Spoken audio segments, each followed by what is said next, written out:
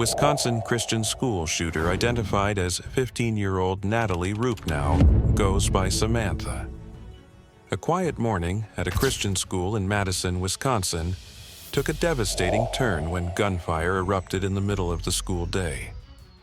The tragic incident left students, staff, and the community in shock, struggling to understand how such a horrific event could happen. The shooter was not an outsider or someone removed from the school community.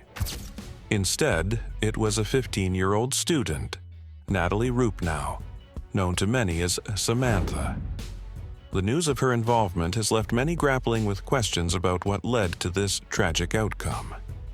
How did this all come to play? Let's dig into the events and what we know so far. It started like any other school day at a Christian school in Wisconsin.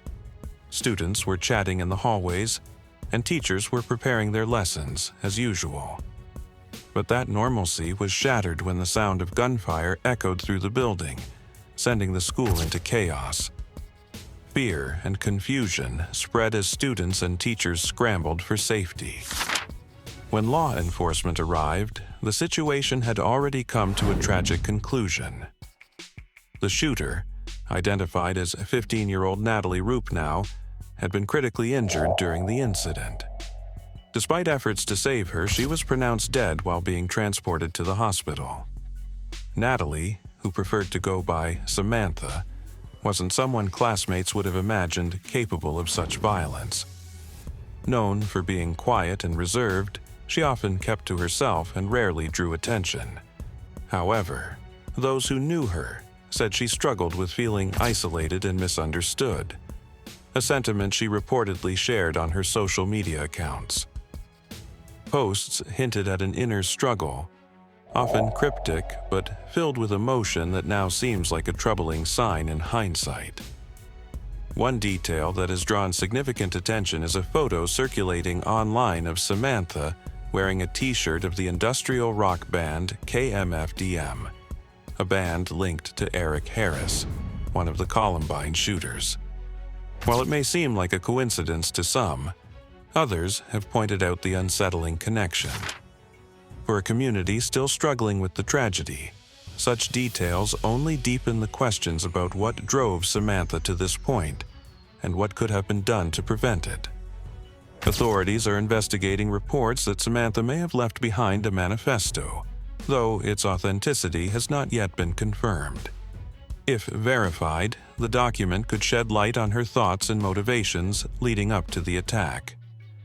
Investigators are examining several possible factors, including claims that Samantha had been bullied and her reported fascination with past school shootings. The case has raised difficult questions. Was this a desperate cry for help or something more calculated? The answers remain unclear, but what stands out is how rare it is for a school shooting to be carried out by a female. Data shows that since the Columbine tragedy, only about 4% of school shootings have involved female perpetrators. The shooting left the community of Madison, Wisconsin in deep mourning. Candlelight vigils were held to honor the victims, drawing former students, families, and neighbors together to share their grief and support one another.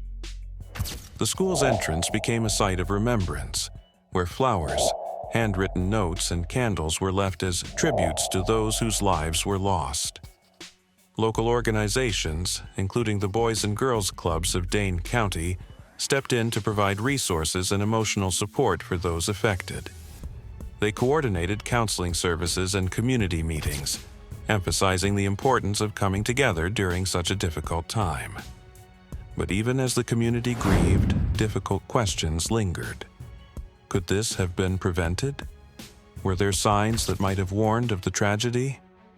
These questions remain unanswered, leaving many searching for clarity while trying to heal from the unimaginable loss. The ATF quickly joined the investigation, recovering the 9mm handgun used in the attack.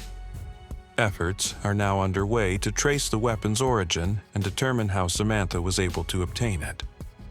This critical piece of evidence could provide key insights into the events leading up to the tragedy.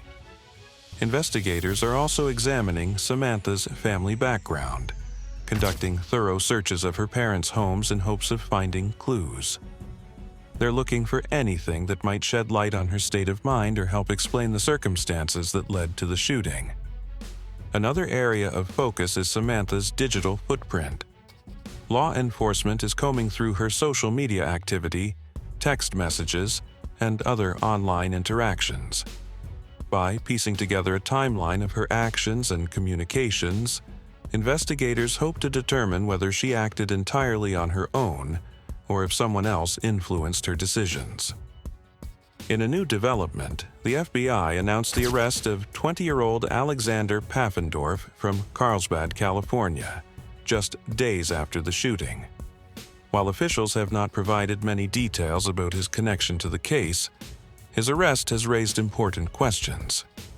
Investigators are now working to determine what role, if any, Pfaffendorf played in the tragic events.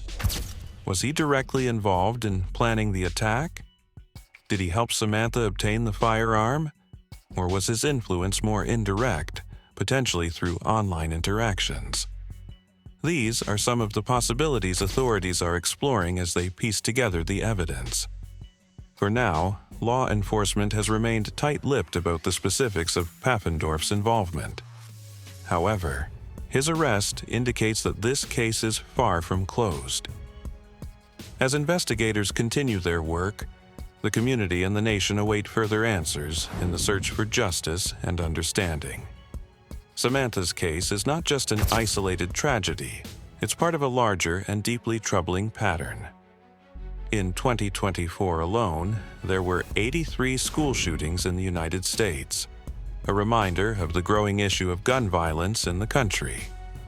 These incidents have left communities shattered and raised urgent questions about how to prevent future tragedies. What makes this case particularly unsettling is how rare it is for a female to commit such an act.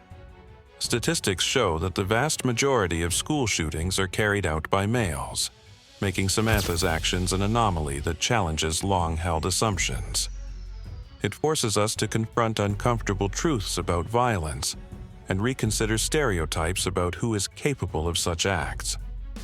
As we uncover more about Samantha and the Wisconsin school shooting, it remains clear that the effects of this tragedy will be felt for a long time.